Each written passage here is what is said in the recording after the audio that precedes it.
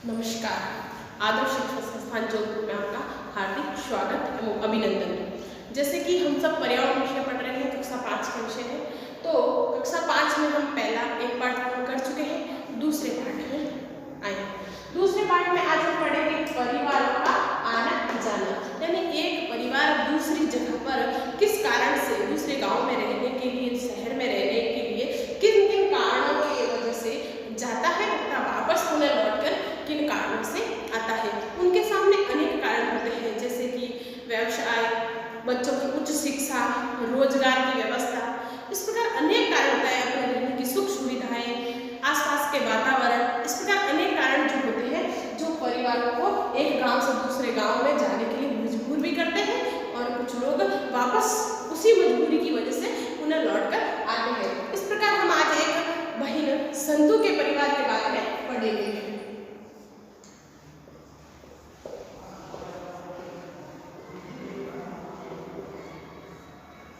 संतू का परिवार जो है एक शहर में, एक गांव में रहता है। वहां उस गांव में तो वर्षों से लगातार वर्षा नहीं होती है। जब वर्षा नहीं होती है तो इस संतू के परिवार का, जैसे उसके पिताजी एक खेती का काम करते हैं, तो जब वर्षा नहीं होती है तो वो खेती नहीं कर पाते हैं। जब खेती नहीं होती है तो इनके मवेशियों के लिए चारा भी नहीं होता है। तो इस प्रकार इनके सामने अपने परिवार के जीवन की रोटी के लिए, अपने परिवार के भरण पोषण की एक बहुत बड़ा संकट सामने आ जाता है, जिसके कारण संतू के पिताजी दूसरे शहर की तरफ पलायन करते हैं। संतू के परिवार के सामने समस्या आई कि हम अपना परिवार का भरण पोषण कैसे करें। मूल आवश्यकता रोटी, उसकी भी पूर्ति नहीं हो पा रही थी। 2 वर्षों से जब बरसात नहीं हुई तो वहां पर खेती नहीं हो पा रही थी। इसी कारण से संतू के परिवार को एक गांव से दूसरे गांव में जाना पड़ा। और जब संतू के परिवार वाले इस गांव में आए तो किन किन समस्याओं का सामना करना पड़ा होगा। सर्वप्रथम उसको ये परिवार जब यहाँ पर आता है तो यहाँ पर सब लोग अनजान होते हैं और उनका घर भी नहीं होता है। तो सबसे पहले इनको घर ढूंढने में समस्या आती है। जब इनको घर ढूंढने में समस्या आती है, घर मिल भी जाता है तो गांव की अपेक्षा, अपने घर की अपेक्षा यहाँ पर छोटा घर मिलता है। कैसा मिलता है? छोटा घर। और जब छोटे घर में भी ये एडजस्ट होना चाहते हैं तो वो भी शहर के बीचों बीच कभी नहीं मिल पाता है। वह शहर के दूर कोने की तरफ, किनारों की तरफ कहीं न कहीं यहाँ पर इनको मकान मिल जाता है। जब यहाँ पर शहर से दूर, जब शहर के बीचों बीच नहीं मिलकर के दूर मिलता है तो यहाँ पर इनको अपनी सामग्री लाने की व्यवस्था, किराने का सामान भी लाना पड़ता है। तो इस प्रकार की सामग्री लाने के लिए यहाँ से दूर जाना पड़ता है। तीसरी बात, जब यहाँ पर रहने लग जाते हैं तो इन बच्चों को स्कूल की व्यवस्था भी शहर के बीचों बीच होती है, तो स्कूल जाने के लिए, शिक्षा के लिए भी अपने घर से दूर जाना पड़ता है। तथा इसके पिताजी, संतू के पिताजी यहाँ पर न होने की वजह से इनको यहाँ पर हर कोई काम भी नहीं देता है। तो इसकी वजह से भी इनको काम ढूंढने में भी कई प्रकार की समस्याएं आई। और जब काम भी ढूंढ लेते हैं तो रोजाना नहीं मिल पाता। आज काम मिलता है तो दूसरे दिन नहीं मिल पाता, दूसरे दिन मिलता है तो तीसरे दिन नहीं मिल पाता। इस प्रकार अनेक प्रकार की समस्या संतू के पिता के सामने आई। और 2 वर्षों तक बरसात नहीं होने के कारण अपने परिवार के भरण पोषण के लिए ये दूसरे शहर में आए। और जब यहाँ पर ये रहने लगे, कुछ दिन रहे, वर्ष भर रहे, 2 वर्ष रहे, उसके बाद उनको सूचना मिली कि आपके परिवार में, आपके गांव में बरसात अच्छी हुई है। तो इनका मन यहाँ पर पहले से नहीं लग रहा था। घर भी छोटा था और लोग भी अनजान थे, काम धंधे भी बराबर नहीं थे। तो इन लोगों ने पुनः अपने गांव की तरफ पलायन कर दिया। जब अपने गांव से गए थे, कारण था बरसात नहीं थी, फसल नहीं हो रही थी, मवेशियों के लिए चारे की व्यवस्था नहीं हो रही थी, परिवार के लिए अनाज की व्यवस्था नहीं हो रही थी। और जब इनको पता चला कि अपने गांव में बरसात अच्छी हुई है तो फिर क्या था, वो तो खेती से ही काम कर रहे थे, किसान थे। तो जब बरसात अच्छी हुई तो खेती अच्छी होगी, और वही काम धंधा जो दूसरे शहर में रहकर कर रहे हैं तो वही काम अपने गांव में अच्छा होगा। तो ये सोचकर ये पुनः अपने गांव की तरफ आ जाते हैं। तो इनके जाने का कारण और आने का कारण दोनों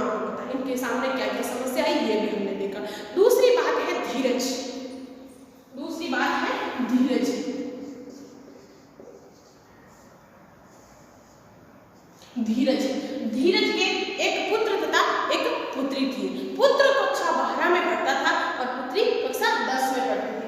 धीरज का पुत्र कक्षा 12 पास की थी और पुत्री कक्षा 10 को पास किया, कक्षा 10 को पास की थी। जब पुत्र धीरज का पुत्र कक्षा 12 को पास करता है तो इसके सामने एक समस्या आती है कि आगे की शिक्षा मैं कहाँ पर दूं, आगे की शिक्षा मैं कहाँ पर दूं। जब वह धीरज अपने पुत्र के बारे में सोचता है कि आगे की शिक्षा के लिए मुझे अपने पुत्र को शहर भेजना पड़ेगा। गाँवों में सरकार द्वारा 12वीं कक्षा तक तो कुछ न कुछ व्यवस्थाएं करके विद्यालय खोल दिए जाते हैं, लेकिन उच्च शिक्षा के लिए बहुत ही कम जगह पर व्यवस्थाएं होती है। तो धीरज को एक चिंता होने लगी कि मेरे पुत्र को कक्षा 12 पास कर चुका है, उसको मुझे शहर पढ़ाई के लिए भेजना पड़ेगा, शिक्षा के लिए भेजना पड़ेगा। तो उसके सामने एक बात आती है, प्रश्न आता है कि मेरा बच्चा रहेगा कहाँ? वह हॉस्टल में रहेगा तो उसको खाने के लिए कौन देगा? वह किसके साथ रहेगा? वहाँ पर कैसे कैसे लोग होंगे? वहाँ पर यह रह पाएगा नहीं पाएगा? तो इस प्रकार की चिंता उसको सताने लगी। तो धीरज क्या करता है कि 2 साल बाद, यानी कक्षा 10 में पढ़ने वाली उसकी पुत्री 2 साल बाद कक्षा 12 पास कर जाएगी, तब इसको भी तो शहर भेजना पड़ेगा। तो इससे अच्छा मैं आज ही अपने परिवार के साथ शहर चला जाऊं ताकि मेरे दोनों बच्चों को अच्छी शिक्षा दे पाऊं। यानी धीरज किस लिए अपने गांव से दूसरे गांव की तरफ पलायन करेगा? बच्चों की शिक्षा के लिए, उच्च शिक्षा के लिए। तो जब यहाँ पर यह भी शहर में आता है तो इसको भी क्या क्या समस्याओं का सामना करना पड़ेगा। जैसे कि संतु के पिता को मकान के लिए समस्या का सामना करना पड़ा, तो क्या धीरज को नहीं करना पड़ेगा? धीरज को भी मकान ढूंढना पड़ेगा, व्यवसाय ढूंढना पड़ेगा, अपने बच्चों के लिए स्कूल ढूंढनी पड़ेगी। तो शिक्षा के लिए भी समस्या का सामना करना पड़ेगा, रहने के लिए मकान ढूंढना पड़ेगा, शहर में कहाँ रहे उसकी व्यवस्था करनी पड़ेगी। गांव की अपेक्षा शहर में छोटा मकान मिलेगा, वहां पर उन सबको एडजस्ट होने में भी समस्याएं होगी। और घर से विद्यालय कितना दूर है, उस दूरी को तय करने में बच्चों को कौन कौन सी समस्याएं उठानी पड़ेगी। इस प्रकार सोचकर इन धीरज को अनेक प्रकार की समस्याओं का सामना करना पड़ा। धीरज ने सोचा जब इन बालकों की, बच्चों की शिक्षा पूर्ण हो जाएगी तब हम पुनः लौटकर गांव की तरफ आ जाएंगे। यानी संतु के पिता तो रोटी के लिए दूसरे गांव गए थे, लेकिन धीरज किस लिए जा रहा है? उच्च शिक्षा के लिए, बच्चों की शिक्षा के लिए दूसरे गांव में रहने के लिए जा रहा है। और उसके बाद जब बच्चों की पढ़ाई पूरी हो जाएगी तो तुरंत वह लौटकर वापस अपने गांव की तरफ आ जाएगा। तीसरी कहानी है अपने सामने गोविंद राम की। गोविंद राम एक व्यापारी था, जिसके गांव में किराने की दुकान थी। दुकान, छोटी सी दुकान, गांव में छोटी मोटी दुकानें भी चलती है। उस प्रकार गोविंद राम के 3 पुत्र थे। धीरे धीरे गोविंद राम के पुत्र बड़े होने लगे तो एक पुत्र तो बड़ा वाला पुत्र तो गोविंद राम के साथ में गांव में काम करने लगा, दुकान में काम करने लगा। और जब वो 2 छोटे वाले पुत्र बड़े होने लगे तो वह अपने मामा के साथ में शहर चले जाते हैं, अपने मामा के साथ में शहर चले जाते हैं। जब शहर जाते हैं तो वहाँ पर वो बड़ी बड़ी दुकानों में काम करते करते अच्छा व्यवसाय सीख जाते हैं और अपनी एक बड़ी सी दुकान खोल देते हैं। जब अपनी बड़ी दुकान खोलते हैं तो वहाँ पर उनको अच्छा मुनाफा भी होता है, फायदा भी होता है, इनकम अच्छी होती है, आमदनी अच्छी होती है। तो गोविंद राम को फोन करके कहते हैं, पिताश्री हमारे गांव से दुगुनी इनकम, दुगुनी आमदनी शहर में होती है, क्यों ना आप तथा बड़े भाई दोनों शहर की तरफ आ जाओ। तो गोविंद राम सोचता है क्यों नहीं, जब हमको गांव की अपेक्षा दुगुनी इनकम, दुगुनी आमदनी मिल रही है तो हम शहर क्यों नहीं जा सकते। तो गोविंद राम अपने तीसरे बेटे को भी लेकर के शहर चला जाता है और शहर जाकर के वहां पर अपने व्यवसाय को बहुत बढ़ावा देता है, व्यवसाय में विस्तार रूप देता है और व्यवसाय बढ़ जाता है, इनकम अच्छी होती है। तो ये गोविंद राम के 3 बेटे व्यवसाय की वजह से, किस वजह से गए थे? व्यवसाय की वजह से, और वे तीनों शहर में ही बस जाते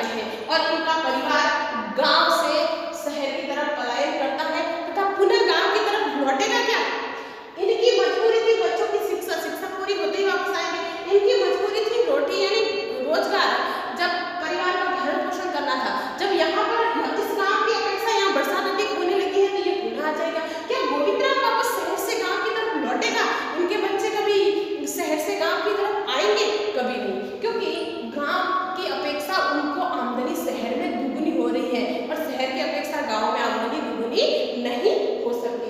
इसीलिए ये धीरे धीरे इनके बच्चों के बच्चे इस प्रकार शहर में रहने लगते हैं तथा गांव में एक घर खंडर सा घर पड़ा रह जाता है।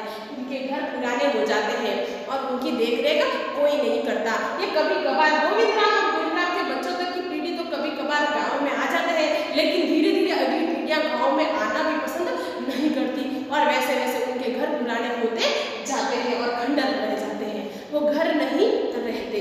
इस प्रकार ये लोग तो शहरों में बस जाते हैं, लेकिन इन दो परिवारों ने पुनः गांवों की तरफ रुख कर दिया।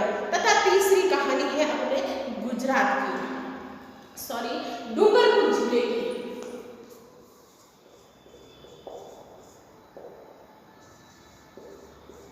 डूंगरपुर जिले के एक कस्बे की है, कस्बे का नाम है गलियाकोट।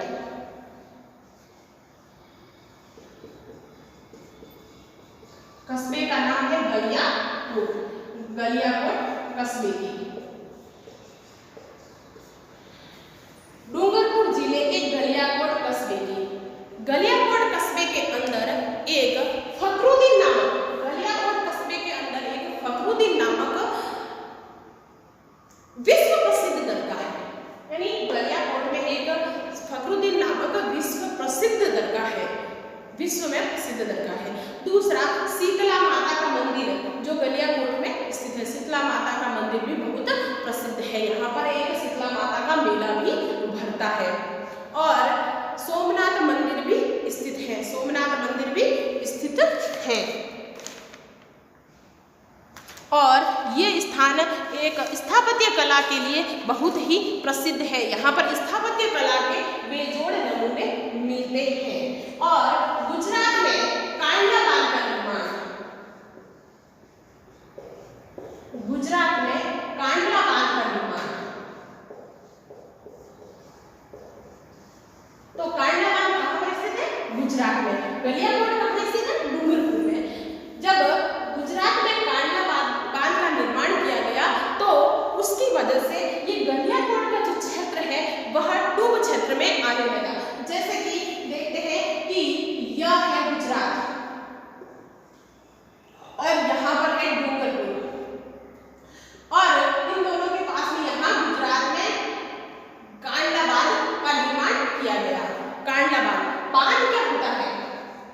बांध जो बरसात आने पर पानी को उसमें इकट्ठा किया जाता है। इस प्रकार एक बड़ा सा टांकी की तरह, बहुत बड़ा विशालकाय एक टांकी की तरह निर्माण किया जाता है। वहां पर बरसात के पानी को इकट्ठा किया जाता है। उसके बाद में पानी को इकट्ठा करने के बाद यहाँ पर अलग अलग जगह पर ये मोहरी बनाई जाती है। उस मोहरी से पानी को जब जब जरूरत होती है, जहाँ जहाँ जरूरत होती है उस तरह के इस पानी को खोला जाता है और ये पानी बहता हुआ गाँवों के बीच से होकर आगे कहीं न कहीं गाँवों में जाता है। और इस नहर, इसको नहर बोलते हैं। क्या बोलते हैं? नहर। इसको नहर कहते हैं। जब इन नहरों का पानी जहाँ से जाता है उसके आसपास गाँव, अनेक गाँव बसे हुए हैं, अनेक गाँव बसे हुए हैं और इन गाँवों के बीच से होकर जब ये नहर निकलती है तो इन गाँवों की खेती अच्छी होती है। ये लोग फसलों को इस नहर से पानी देते हैं और फसल बहुत ही शानदार होती है। यानी इन गाँवों के फसलों की सिंचाई नहरों के माध्यम से की जाती है। और इस प्रकार ये पानी का विशाल कुंड बनने की वजह से, बांध बनने की वजह से जब भी ये बांध भर जाता है, जब भी ये बांध भर जाता है तो इसके आसपास पानी बिखरता है, बहुत पानी इकट्ठा होता है, पानी का रिसाव होता है। उसकी वजह से यहाँ आसपास का क्षेत्र डूब क्षेत्र के अंतर्गत आता है। तो ये गलियाकोट भी यहाँ पर स्थित है जो इस कांडला बांध की वजह से डूब क्षेत्र में आने लगा। तब यहाँ पर सरकार ने एक निर्णय लिया कि दूर क्षेत्र में अलग अलग मकान बनाकर इनको रहने के लिए दिए गए। अलग अलग मकान बनाकर इनको रहने के लिए पूर्ण सुविधाओं के साथ, यानी मकान बनाने से लोग कहीं रहने नहीं जाते, वहाँ पर अस्पताल की व्यवस्था चाहिए, बीमार पड़ जाए तो कहाँ जाएंगे, बाजार की व्यवस्था भी चाहिए, किराने का सामान या कुछ भी रोटी कपड़े के लिए वो कहाँ जाएंगे, उच्च शिक्षा के लिए विद्यालय भी चाहिए, उच्च शिक्षा के लिए उनके बच्चे कहाँ जाएंगे। इस प्रकार की सारी व्यवस्थाएं करके सरकार ने उनको रहने के लिए दिया। इसका नाम पुनरावास कॉलोनी दिया गया। पुनरावास कॉलोनी